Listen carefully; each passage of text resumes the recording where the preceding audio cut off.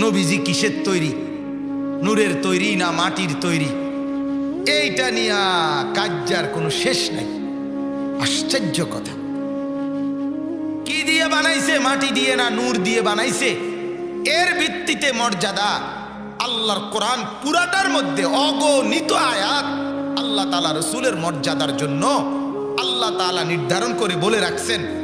হাদিসে নবীজির অগণিত মর্যাদা আল্লাহ তাআলার পক্ষ থেকে নবী শুনাইয়ে রাখছেন। এরপরে আমনে একটা ইডার লাইকে তো মাথা ব্যথা হইয়া গেল কামনে। কথাটা বুঝছেন না আপনি?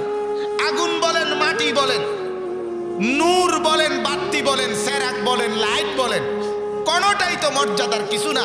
মর্যাদার ফয়সালা তো আল্লাহর হাতে। কথা কন না কেন? এই কথাটা কেমনে বুঝাইব?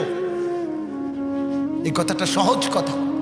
মর্যাদার ভিত্তি তো কি আতফাও না, মর্যাদার ভিত্তি তো আপনার আল্লাহ তাআলার ফয়সালা।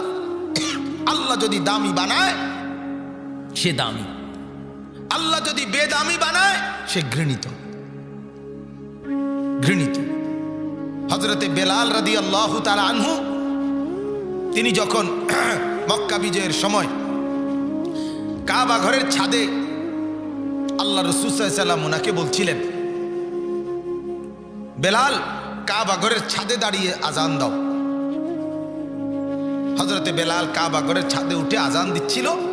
মক্কার কুরাইশ কাফেররা চতুর্দিক থেকে তাকাইয়া বলতেছিল, আহ মুহাম্মদ, চোখের সামনে আমগরে কি বড় বেইজ্জতিটা করলাম। এক গোলাম, এক নিগ্রু, যাকে আমরা সেদিনও মারছি, আজ তুমি তারে আমগোর সামনে কাবা ঘরের ছাদে তুলে দিলা, কি করলা এটা? তখন আল্লাহ তাআলা কোরআনুল কারীমের মধ্যে বলছে, নবী, এটা মুয়াজ্জিন মসজিদের ছাদে উঠে আজান দিচ্ছে, আর বেঈমানরা বলতেছে এটা বেইজ্জতি করছে কাবা ঘরকে।